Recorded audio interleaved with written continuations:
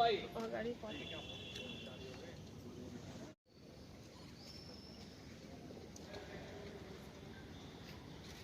है कि लड़कियां वहाँ पे लाके और चिप्स पकड़ाती हैं।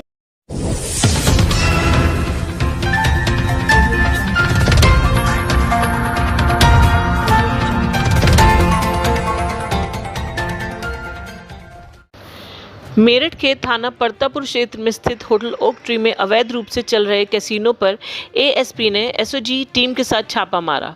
पुलिस की छापेमारी में नेपाली लड़कियों सहित 43 लोग गिरफ्तार किए गए, जबकि अवैध रूप से संचालित कैसीनो से भारी मात्रा में गैम्बलिंग कॉइन, लग्जरी गाड़ियां, ताश की गड्डी और मोबाइल बरामद हुए। एएसपी विवेक यादव और एसओजी की टीम ने छापा मारकर परतापुर स्थित ओक ट्री होटल में अवैध रूप से चल रहे डिजिटल कैसीनो का भंडाफोड़ किया है, जहां शहर के जाने माने लगभग 3 दर्जन से ज्यादा अमीरजादे और बाहर से बुलाई गई दर्जनों लड़कियों को हिरासत में लिया गया है। प्राप्त जानकारी के अनुसार पिछले काफी समय से ओक ट्री होटल में बड़े स्तर पर अवैध रूप से कैसीनो चलने की सूचना एएसपी को मिल रही थी, जहां शहर और आसपास के शहरों से आने वाले अमीरजादे जुआ खेला करते थे। वहीं उन लोगों के एंटरटेनमेंट के लिए बाहर से लड़कियां भी सप्लाई की जाती थी।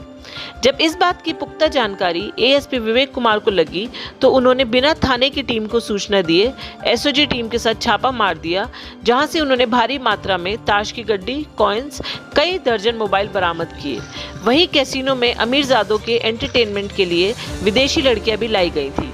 पुलिस ने सभी को गिरफ्तार कर परतापुर थाने पहुंचा दिया और होटल मालिक की तलाश में जुट गई। बाद में ले लेना। ये जो इसमें जो मास्टरमाइंड है, ये लोग 3 पत्ती गेम होता है ऑनलाइन। ये ऑनलाइन के तर्ज पे ही ये लोग साइट पे खिलाने का काम करते हैं। ये बेसिकली जो इनके बारे में पता चला है वो हम वेरीफाई भी कर रहे हैं कि ये शायद ये सट्टे का और इसका जैसे आईपीएल का सट्टा है, इस तरह का बुकी का ये काम करते हैं। और ये इनमें जो मास्टरमाइंड है, एक देहरादून का है, 2 दिल्ली के हैं। इनमें नाम इसमें हमने प्रेस नोट में डाल दिए हैं। वैसे बता दूं, ये कपिल और रवि, ये 2 लड़के दिल्ली के हैं और एक पीयूष गर्ग ये देहरादून का है। ये 3 लोग इसके मास्टरमाइंड हैं। ये क्या करते हैं कि अपने जो इनके लोग जानने वाले हैं उनको ये पार्टी के नाम पर कि हम आपको रिजॉर्ट बुक करके और वहाँ पर जुआ खिलवाएंगे, और मतलब पूरा फिल्मी स्टाइल में। तो फिल्मी स्टाइल में सजा के ये पूरा, और ये उसको फिर ये जुआ खिलवाते हैं पूरी रात में।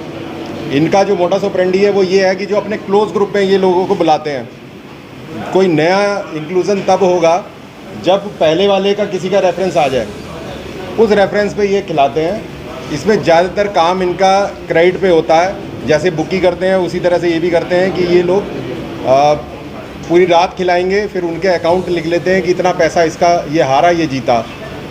उसके बाद में ये वसूलने का काम करते हैं, और जब सारा पैसा इकट्ठा होता है तो जीतने वाले अमाउंट दे दी जाता है, हारने वाले को उससे वसूल लिया जाता है, और टोटल जितना अमाउंट है उसका 5% ये लोग अपने पास बतौर कमीशन रखते हैं खिलाने का।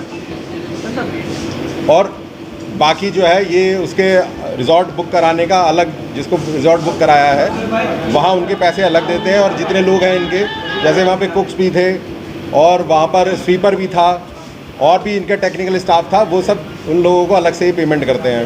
पूरा एक रिजॉर्ट टाइप बना के और उसमें करते हैं। जो 2 लोग इसमें जो इसको रन कर रहे थे, ओक ट्री रिजॉर्ट है, ये इन्होंने लीज़ पे ले रखा था, और लीज़ पे लेके इन लोगों ने यहाँ पे जैसे शादी वगैरह होती है तो उस टाइम पे शादियाँ आयोजित कराते हैं। और अब जैसे लीन टाइम था तो चूँकि उसकी लोकेशन इस तरह है कि पता नहीं चलेगा, और पार्टी हम ऑर्गेनाइज़ करेंगे, और इनकी पूरी जानकारी में था। इन्हीं के साथ मिल के इनसे डिस्कस करके जो, और लगभग उनको 2 लाख रुपए उनको पेमेंट वो कर भी चुके हैं, बाकी और पेमेंट उन्हें करना था।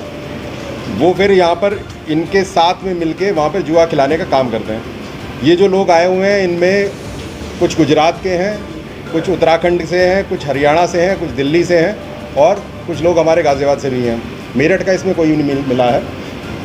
और फिर ये रात भर यहाँ पे पार्टी रहती है। ये गेट वेट बंद करके गाड़ियाँ अंदर खड़ी कर लेते हैं, जिससे कि पता ना चले, और चूँकि लोकेशन इस तरह की है कि वो डायरेक्ट नज़र नहीं पड़ेगी, इसीलिए ऐसी जगह पे करते हैं। जो अभी तक की पूछताछ है उसमें पता चला है कि ये लोग देहरादून में भी पहले खिला चुके हैं, कोई संजीवनी करके रिजॉर्ट है, वहाँ पे भी खिला चुके हैं, और दिल्ली में गुजरात में, हरियाणा में, अलग अलग जगह रिजॉर्ट बदल के ये लोग खिलाने का काम करते हैं। इसका बाकायदा ये अपने ग्रुप में सर्कुलेट करते हैं सोशल मीडिया से कि हम 3 पत्ती गेम खिलाएंगे, और उस 3 पत्ती में जैसे अलग अलग दिन का अलग अलग जगह रखते हैं और कितनी भीड़ आएगी, कितने लोग आएंगे, उस हिसाब से। कल रात का दिन इन्होंने मेरठ के लिए चुना था और फिर सबको मैसेज इन्होंने किया था कि मेरठ में हम लोग खिलाएंगे ये।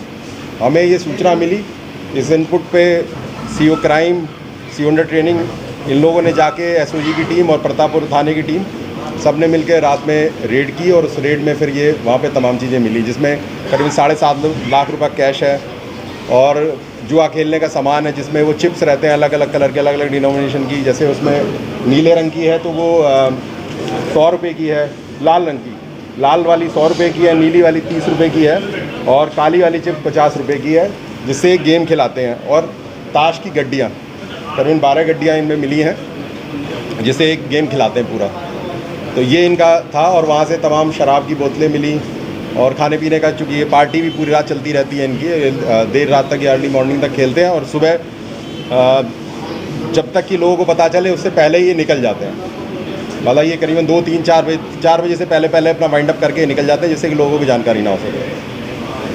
तो उसमें से 6 ऐसी लड़कियां हैं जो नेपाल की मूलतः रहने वाली हैं, पर अब यहाँ गोवा में वो काम कर रही हैं अलग अलग क्लब में। उनको ये इसलिए लाए थे कि उनको ये अनुभव है कि किस तरह से वो गेम खिलाना है। तो वहाँ पर भी उनका कहना है क्लब्स वगैरह में हम ये खिलाते हैं, जो वहाँ के रजिस्टर्ड हैं उनमें करती हैं, तो इनको पूरा आइडिया है। और बाकी 3 लड़की जो दिल्ली और चंडीगढ़ की रहने वाली हैं, उनका काम ये था कि वहाँ पे ड्रिंक सर्व करना और वो सब चीज़ें। तो इस तरह का है। हमें ये नहीं पता कि इनके बैकग्राउंड ये क्या करते हैं क्या नहीं, क्योंकि देर रात तक दबिश चली है और मतलब अर्ली मॉर्निंग तक ये सब चला है, और उनकी लिखा पढ़ी हो के आज ही